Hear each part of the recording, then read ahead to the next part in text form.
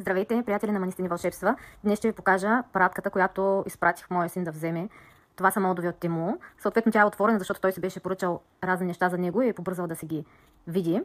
Поръчала съм предимно молдове с морска тематика, съобразено с сезона, в който вече сме. Рапан, който може да се декорира с различни елементи. Аз ще си го декорирам с маниста. Ще видим с какъв модел точно цветя. Ето рапанчето.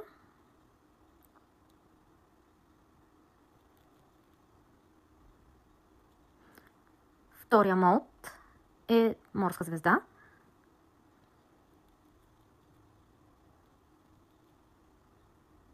Тип панерче е. Пак може да аранжирате според вашия вкус и въображение. Поръчала съм си и един молд с анимационни герои. Тези герои използваме за творчески комплекти за деца, като добавяме към тях боички и четки. Идеален подарък за рождени дни и други партита детски. И още един комплект, състоящ се от два молда.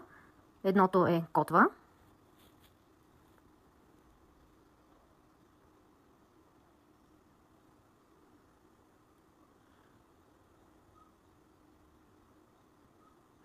Следващия молд е лодка. Смятам, че ще се получи чудесна аранжировка с лодката, декорирана с цветя от маниста в моя случай и една керамична котва.